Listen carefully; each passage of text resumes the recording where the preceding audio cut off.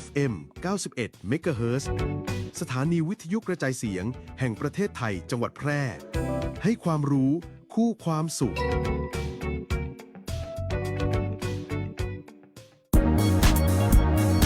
ครอบคลุมกว้างไกลสื่อสารฉับไวฟังสวทแพร่ FM 91 เมกะเฮิรตซ์กรมประชาสัมพันธ์สื่อรัฐพัฒนาคุณภาพชีวิตคนจังหวัดแพร่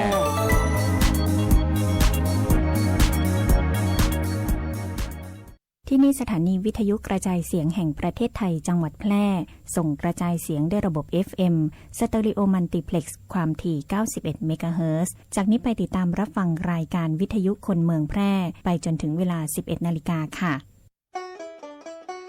สถานีวิทยุกระจายเสียงแห่งประเทศไทยจังหวัดแพร่ร่วมกับชมรมวิทยุคนเมืองแพร่ขอเสนอรายการวิทยุคนเมืองแพร่หลากหลายสาระความรู้สุขภาพคลังสมองภูมิปัญญาวัฒนธรรมท้องถิ่นสารพันอาชีพเด็กเยาวชนและสังคมหมอกฎหมายทนายชาวบ้านติดตามรับฟังได้ที่นี่ทุกวันจันทร์ถึงศุกร์ 10:10 นถึง 11:00 นทางสถานีวิทยุกระจายเสียงแห่งประเทศไทยจังหวัดแพร่ FM 91 เมกะเฮิรตซ์วิทยุคนเมืองแพร่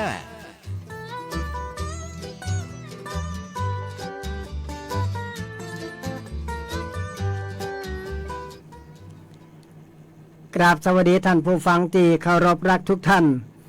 วันนี้ก็มาปะกันเหมือนเดิมนะครับในรายการหมอเมืองคุยเฟื่องเรื่องสมุนไพรจากสวท8 91 เมกะเฮิรตซ์แห่งนี้นะครับขั้งที่แล้วอังการที่แล้วนะครับผมก็ได้พูดถึงเรื่องน้ำปั่นพักนะครับก็มีพี่น้องหลายคนนะครับได้ไปเอาพักที่หายากหรือว่าบ้านเปิ่นบ่มีนะครับเปิ่นก็ได้ปั่นพักตะวานี่นะครับคำตอบมาแล้วครับตั้งแต่เปิ่นกินน้ำปั่นพักยาความดันเปิ่นลดลงกึ่งหนึ่งเปิ่นบ่เจ็บหัวเปิ่นบ่เมาหัวเปิ่นดีขึ้นระบบขับถ่ายที่3 วัน 4 วันบ่ถ่ายบ่ขี้ปรากฏว่าเปิ่นถ่ายเป็นปกตินะครับอันนี้ก็เป็นผลรับและคำตอบเป็นที่ชัดเจนว่าน้ำปั่นพักได้ผลนะครับเพราะฉะนั้นพ่อแม่พี่น้องไผที่ยังบ่ได้ปั่นเตี่ยกำลังอย่ากึดสองใจสองคอนะครับก็ลองหันมาปึ่งวิถีธรรมชาติ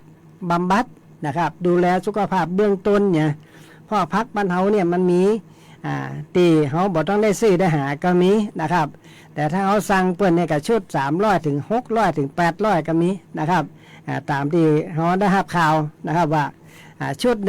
11อย่างนี่500ก็มี800ก็มีเนี่ยที่เขาสั่งซื้อนะครับถ้า5อย่างนี่250หรือ150อันนี้ถ้ามันมีบ้านเฮาเนี่ยเขา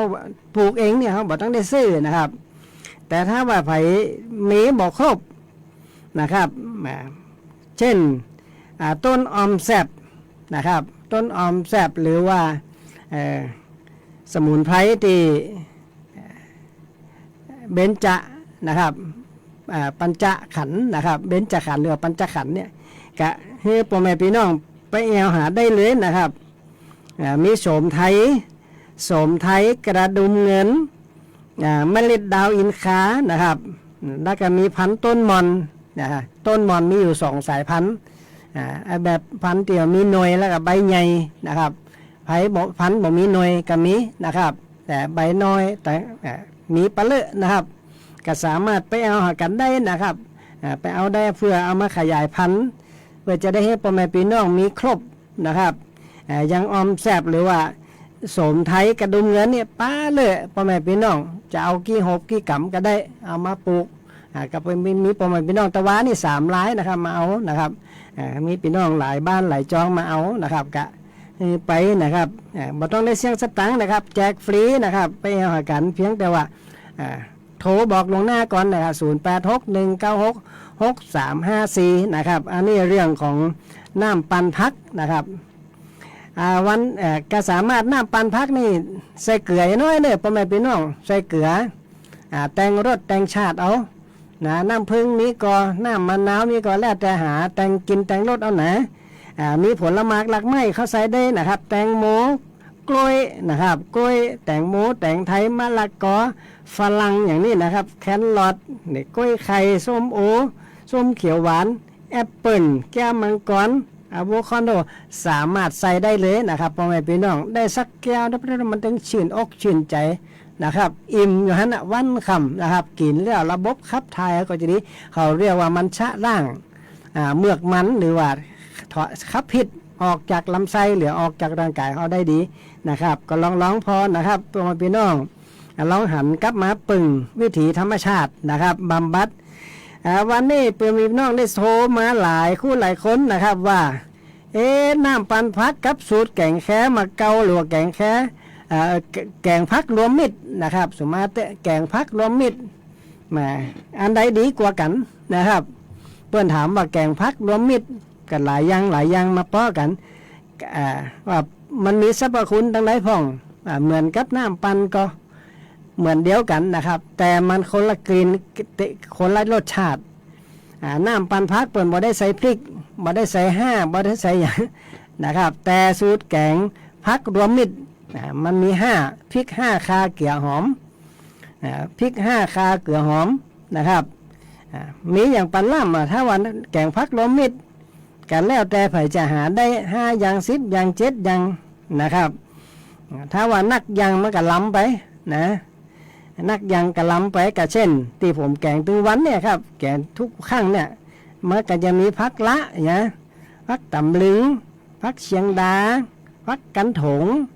พักขัดจรพักแซวหยอดมอนย่านางแล้วปูเจ้าเขาเขียวนี่นะพักหวานบ้านพักหวานปลาพักโขมหยอดฟักทอง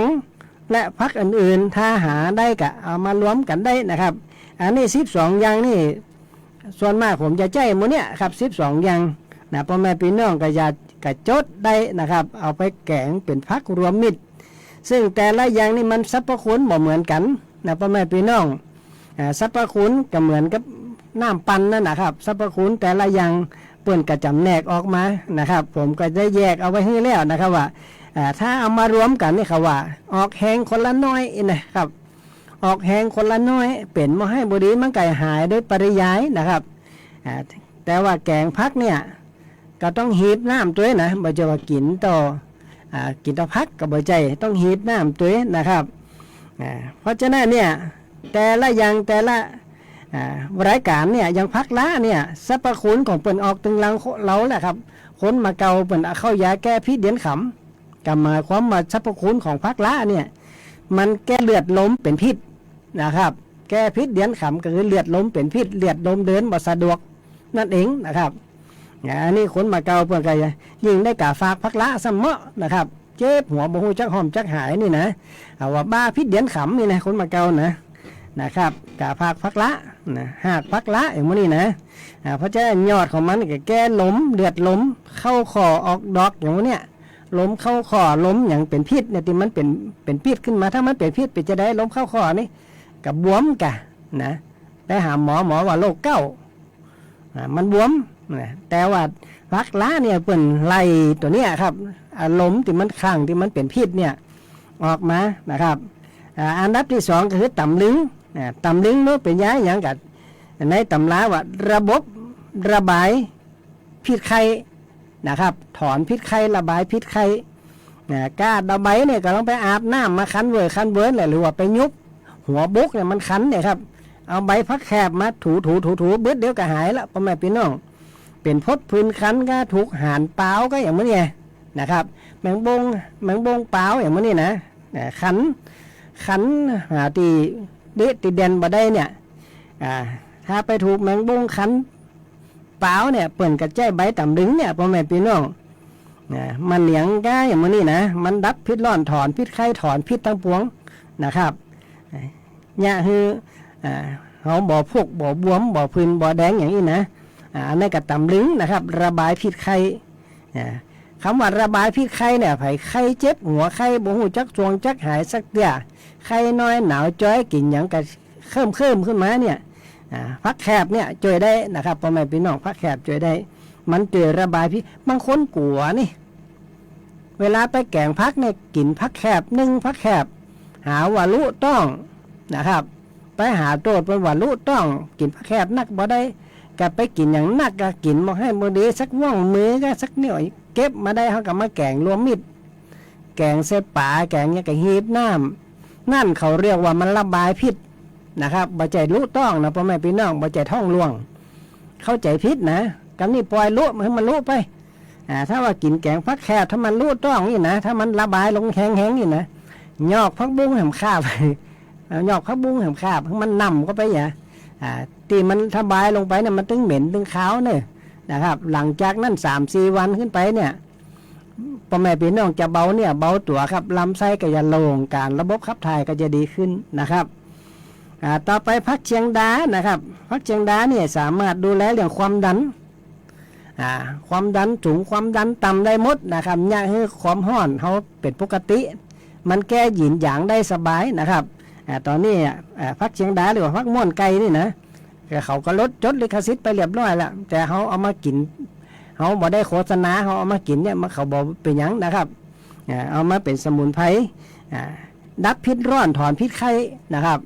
เพราะฉะนั้นพักเชียงดาเนี่ยดูแลเรื่องตับและปอด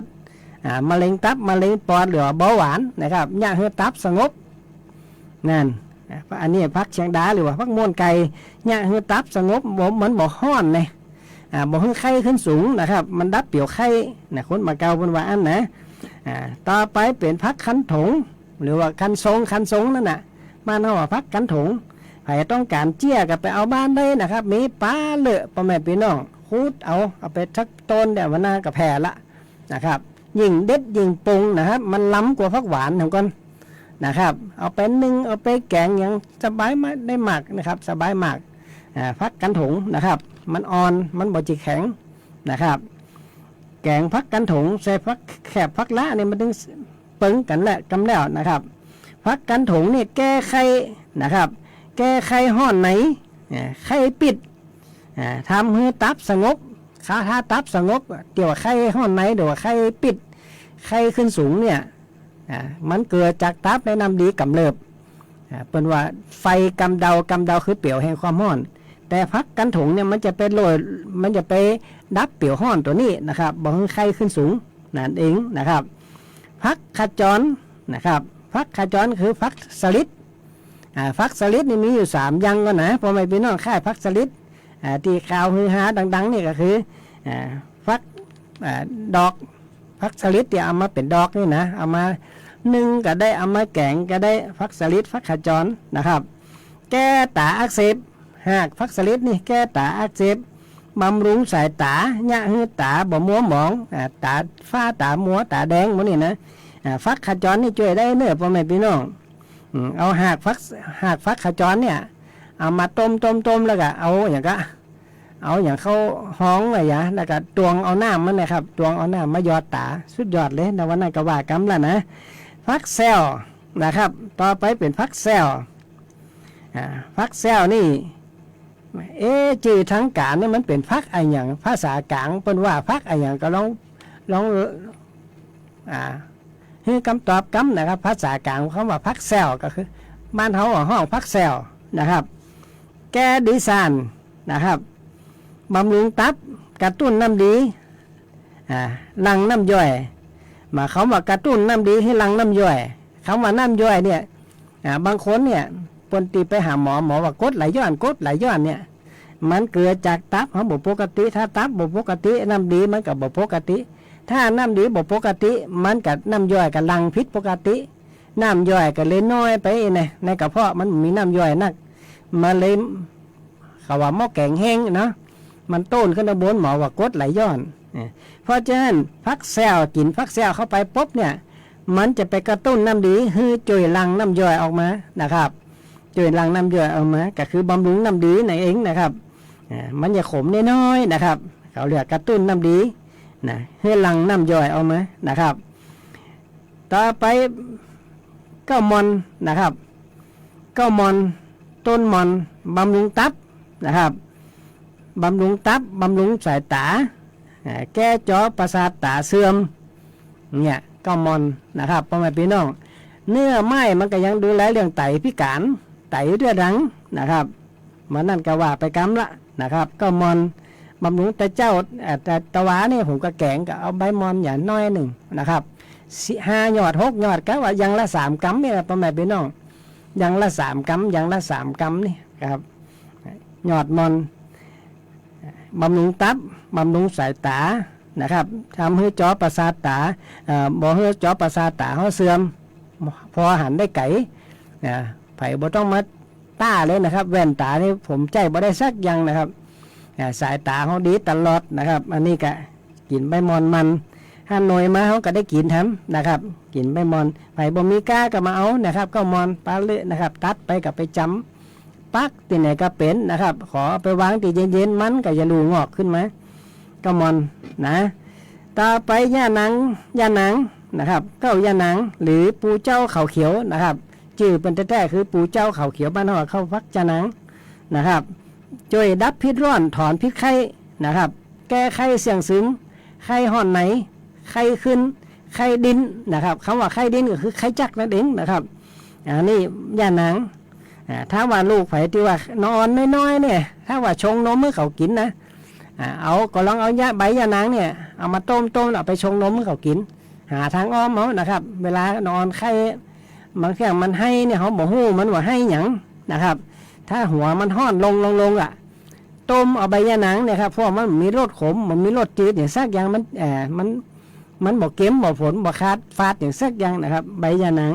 นะครับแต่หากของยานางเนี่ยมันขมจัดนะครับขอได้เอาใบต้มยานางเนี่ยใบยานางหรือว่าเครือเขามันเนี่ยเอาไปต้มแล้วผสมนมเอาชงนมให้น้องอ่อนกินน้อยๆเนี่ยน้องอ่อนเกิดใหม่นี่ก็ได้นะครับบ่เป็นหยังน้องอ่อนก็จะบ่ไข้นะครับดับพิษร้อนถอนพิษไข้ต่อไปนะครับฟักหวานบ้านฟักหวานปลาแก้ไข้ลบไหนไข้เสื่องซึมแก้ไข้วัดเนี่ยถ้าเอาไปแจ่น้ำให้ไก่กินบ่ต้องกลัวไข้เป็นไข้วัดนะครับไก่บ่ให้เป็นวัดนั่นเองนะครับ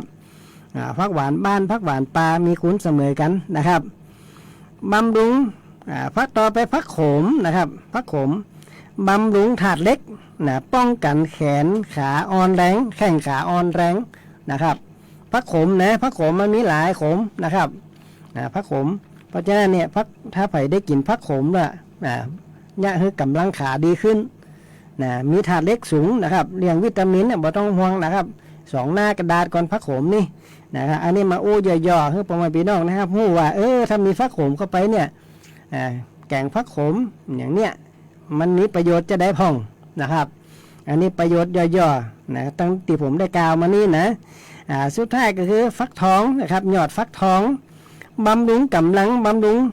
เส้นเอ็นให้แข็งแรงบำรุงกำลังบ่ให้กำลังตกฟักทองบ้านเรามานำแก้วกินได้ทั้งหน่วยกินได้ทั้งยอดใบนะครับถ้าเอาไปเข้าปั่นน้ำปั่นพักถึงยอดถึงใบนะครับน้ำปั่นที่ผมว่านั่นนะลวกอย่าสักบึดกับต้มน้ำเดือดสมบูรณ์เข้าลวกแล้วเอาไปปั่นนะครับแต่ยอดฟักมันน้ำแก้วเนี่ยลืบเอาอย่างก็เส้นใยมันออกก่อนเอาไปแกงนะครับแกงฟักรวมมิตรเนี่ยสามารถเอาฟักอื่นๆเข้าใส่ตัวได้นะครับไผ่มักฟักอย่างเอาเข้าใส่ได้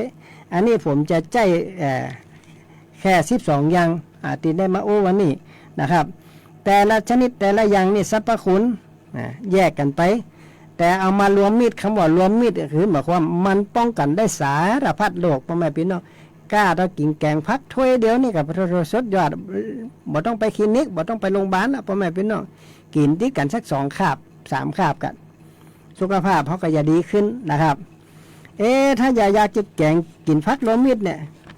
บางคนบ่จ้างแกงเครื่องแกงมันจียากนะครับพ่อแม่พี่น้องกันเดี๋ยวจะอู้ถึงเรื่องเครื่องแกงนะครับเรามาฟังเสียงเพลงสัก2 เพลงนะครับเดี๋ยวเรามาอู้ต่อเรื่องครัวเครื่องแกงของเขามีอย่างบรรลัมนะครับบางคนแกงนะมันบรรลัมเนี่ยจริงมันล้ำเดี๋ยวค่อยว่ากันนะครับตอนนี้มาฟังเสียงเพลงก่อนครับเจนแล้วครับ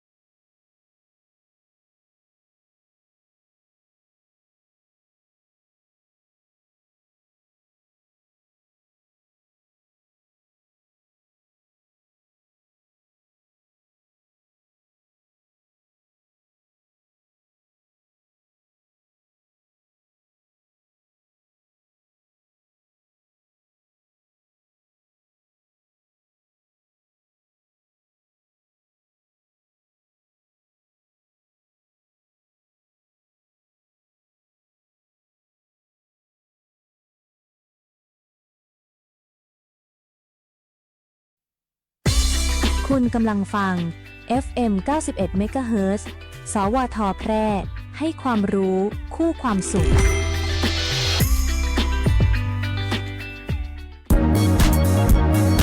ครอบคลุม กว้างไกล สื่อสารฉับไว ฟังสวทแพร่ FM 91 MHz กรมประชาสัมพันธ์ สื่อรัฐพัฒนาคุณภาพชีวิตคนจังหวัดแพร่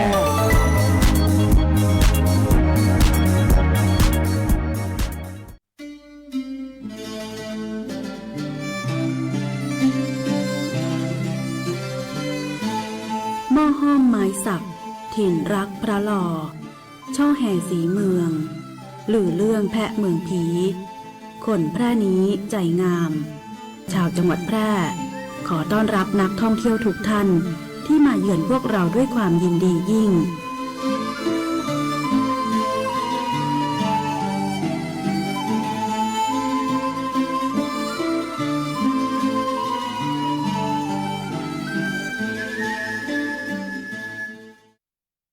ซื้อประกันภัยบัดดี้ฟังแค่เช็คชัดชัวร์ก่อนลดเสี่ยง 1. เช็คใบอนุญาตตัวแทนและนายหน้าผ่านเว็บไซต์คปภ. 2. ชัดอ่านใบเสนอขายและรายละเอียดความคุ้มครองกรมธรรม์ประกันภัยเพื่อครบถ้วน 3. ชัวร์ช่องทางชำระเบี้ยจ่ายตามที่บริษัทรับรองบัดดี้ลืมเก็บหลักฐานไว้ตัว 3 ขั้นตอนง่ายๆสำหรับการซื้อประกันภัยครั้งต่อไปค้นกลางโปร่งใสอุ่นใจได้สิทธิ์ครบสายด่วนคปภ. 1186 Line Official @OIC Connect คปภ.คุ้มครองผู้ทำประกันภัยคุ้มครองคุณเตรียมพบมหกรรมสุดยิ่งใหญ่แห่งปี Northern Best Deal มหกรรมขับเคลื่อนเศรษฐกิจ 4 จังหวัดภาคเหนือตอนบน 2 เชียงราย พะเยา แพร่ และน่าน รวมของดีของเด่นสินค้าโอท็อปอาหารพื้นถิ่น งานคราฟต์และสินค้าคุณภาพจากชุมชน ให้ทุกท่านได้เที่ยวชิมช็อปกันอย่างจุใจ ครั้งที่ 1 15-19 กรกฎาคม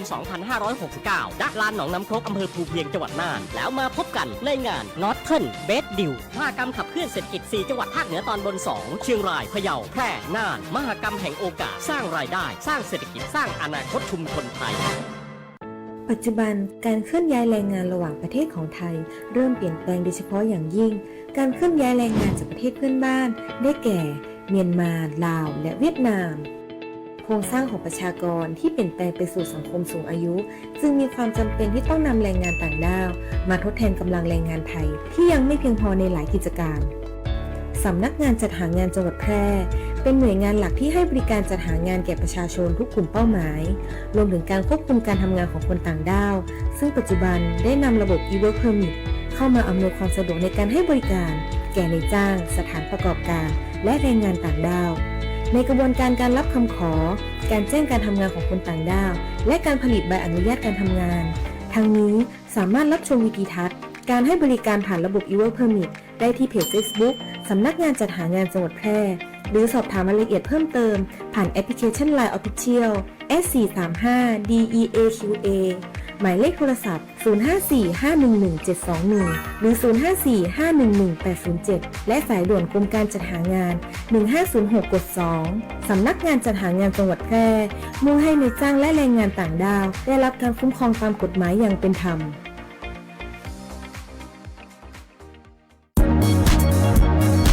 ครอบคลุม กว้างไกล สื่อสารฉับไว ฟังสวทแพร่ FM 91 MHz กรมประชาสัมพันธ์ สื่อรัฐพัฒนาคุณภาพชีวิตคนจังหวัดแพร่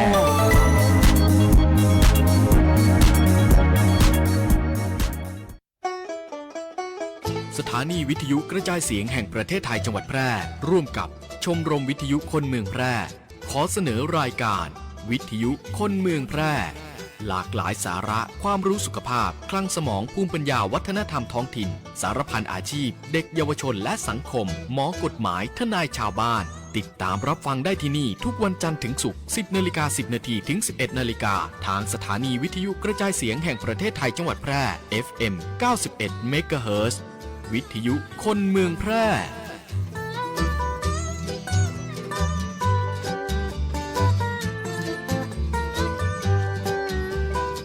ครับก็จบไปเสียงเพลงนะครับแต่เรามาฟังกันต่อเรื่องเกี่ยวกับสมุนไพรที่ว่าไปตะกี้นะครับถ้าว่าไปจะแกงผักรวมมิตรนะครับก็มีเครื่องแกงมันจะเหมือนกันบ่เหมือนกันนะครับก็ฟังไปว่า มันเหมือนที่พ่อแม่พี่น้องได้แกงก่อนนะครับ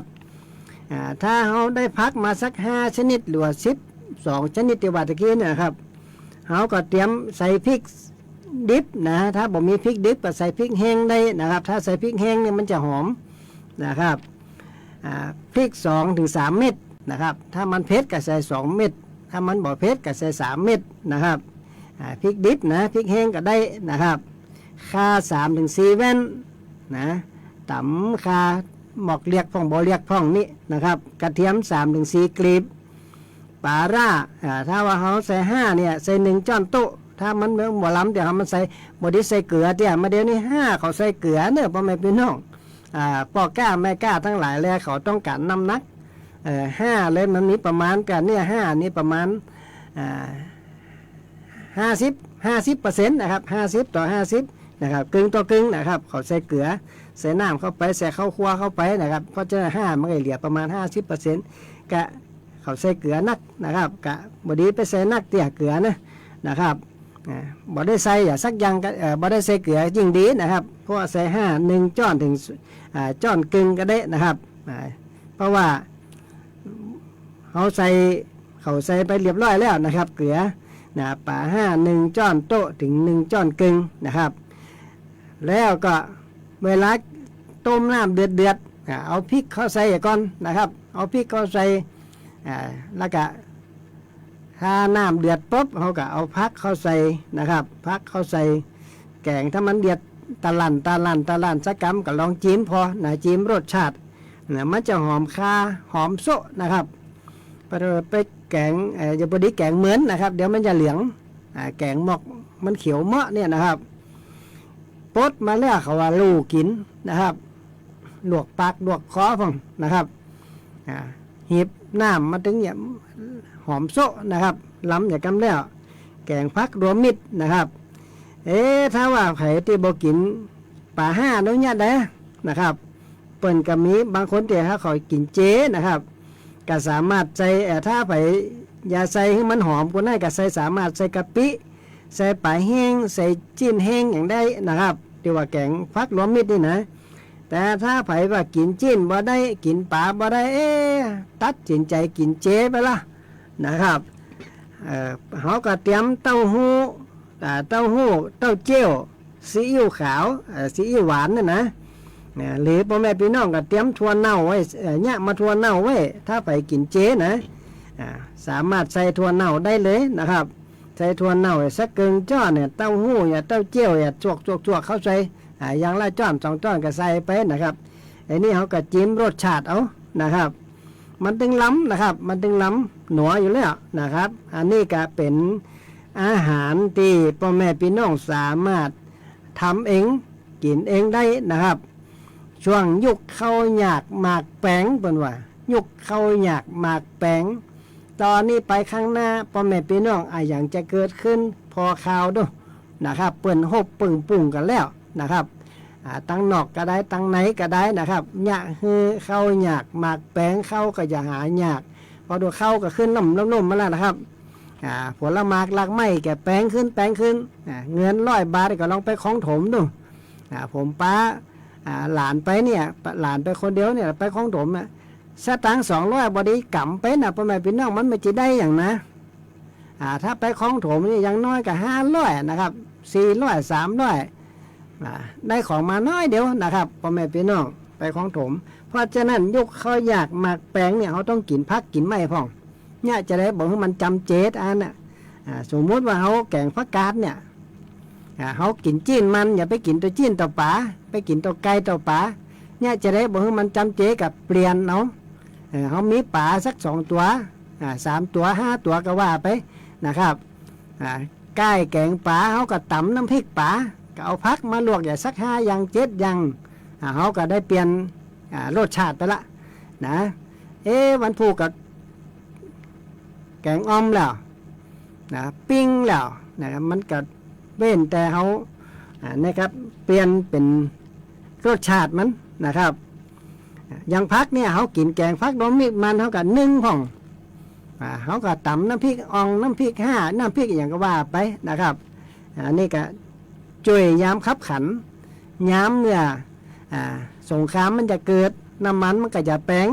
ของทุกอย่างมันก็จะแปลงขึ้นนะครับเขาก็เตรียมไว้นะครับเตรียมไว้บ่พิษมาเดี๋ยวนี้มันเข้าตังผมหมดละนะครับผมก็เตรียมไปหมดละถึงวันนี้แค่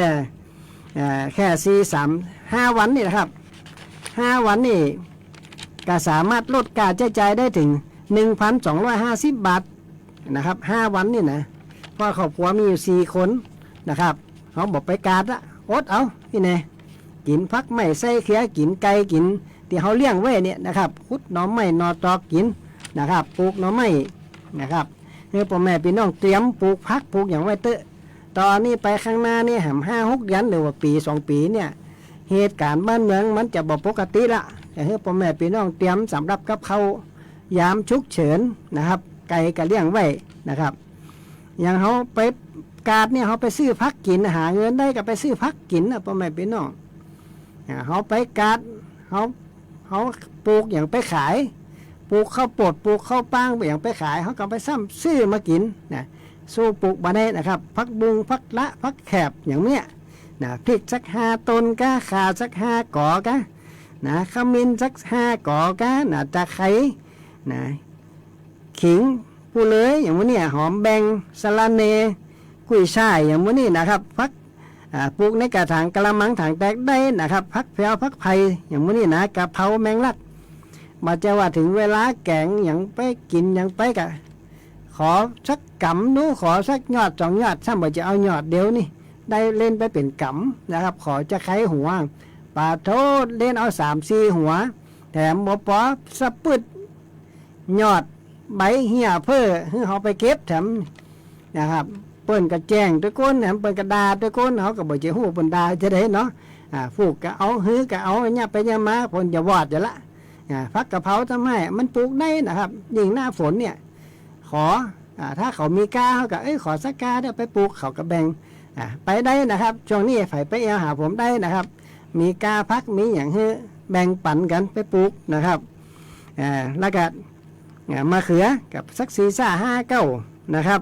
มาบวบมาฟักทองนี่ปลูกได้แล้วครับเดี๋ยวหำน้อยหมดตันแล้วนะมาฟักฟักทองมาฟักมื้อนี้นะถึงเวลาเนี่ยสิ้นปีว่ามันถึงออกหน่วยเหงามาเดี๋ยวนี้ผมยังมีมาพักอยู่นะหลายอยู่นะครับยังกินยังเหลืออยู่กินแป้ม5 เดือน 6 เดือนกับบ่อเสี่ยงนะครับผมก็เตรียมไปหมดละพักปังพักแคบพักแคบนี่ผมปลูกไว้สาหลายก้างนะครับมาเดี๋ยวนี้บ่ได้ไปซ่อที่อื่นละอย่าไปว่าปลาเล่นะหัวไม้ข้างนะหัวนาอย่างต่างๆเขาเอายาฆ่าหญ้าไปพ่นหมดละไปเก็บเขาอย่าไปเรียบของหัวบ้านเขากับบ่จิเปิงนะเปิ้นอนุรักษ์ไว้เขาไปเก็บของเปิ้นจะกินจำพร้อมไหมมันผู้เขาอย่าตั้งใจเขาอย่านึ่งพักเขาไปเก็บมาแรงนี่ล่ะเขาไปซ่อหายอดบ่ป้ามล่ะโดนด่ามาครับเขาก็แจ้งในใจกันแจ้งครับบอกเขาได้ยินนะ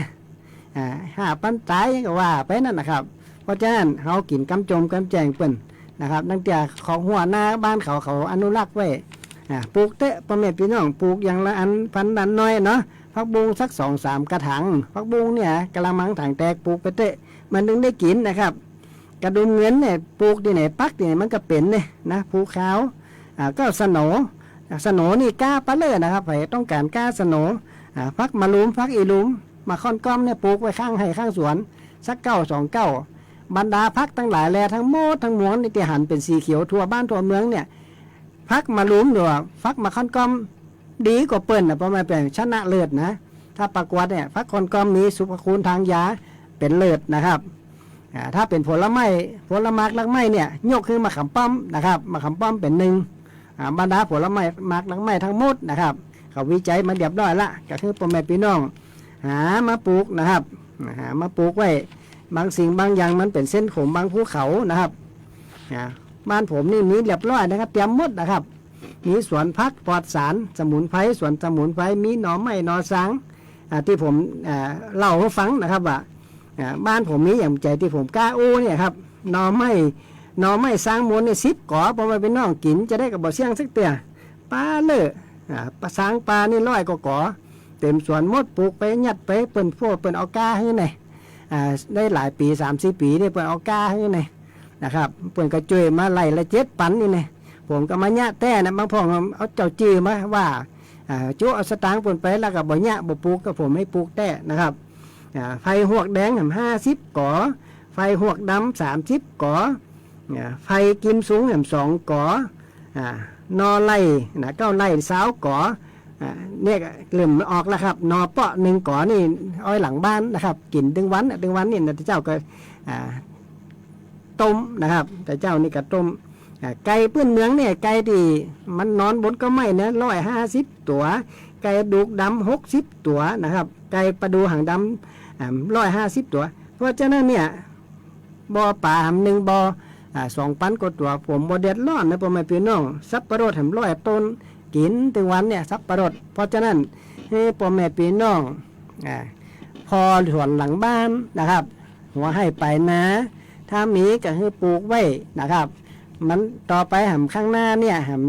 ตั้งต่อเดือนนี้เป็นต้นไปนะครับเหตุการณ์บ้านเมืองมันบ่ปกติแล้วอาหารการกินมันก็จะแปลงขึ้นถ้าพ่อแม่พี่น้องยังอย่าไปคิดว่ามีเงินไปเลยเนี่ยเดี๋ยวเงิน100มันจะมีความหมายละ200นี่กำไปกาดไปของถมเนี่ยมันจะได้อย่างมานะครับได้ต่อเครื่องสำอางนอนเนี่ยชุดเดียวด้าน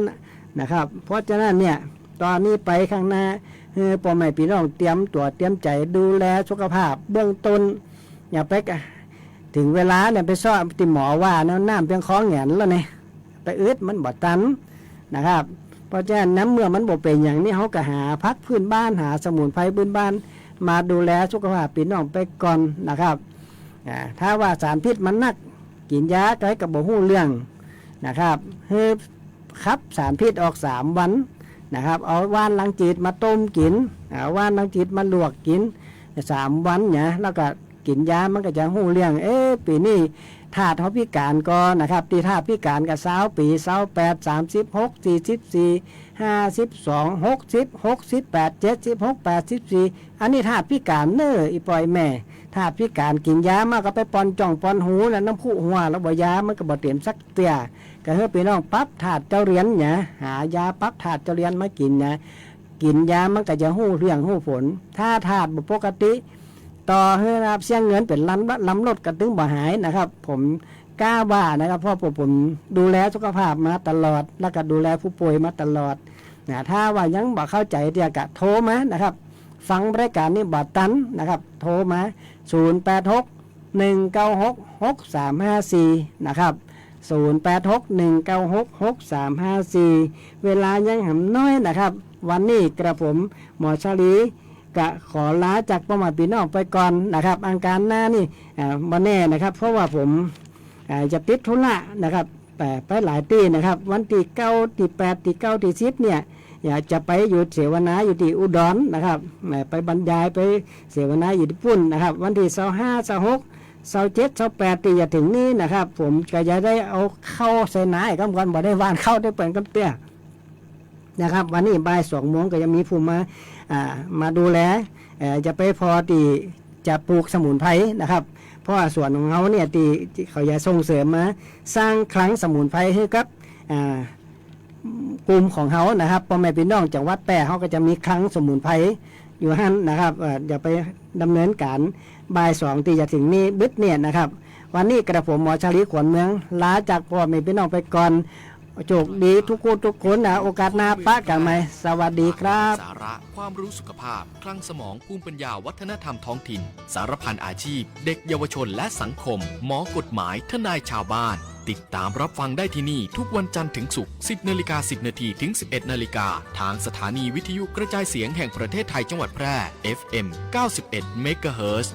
วิทยุคนเมืองแพร่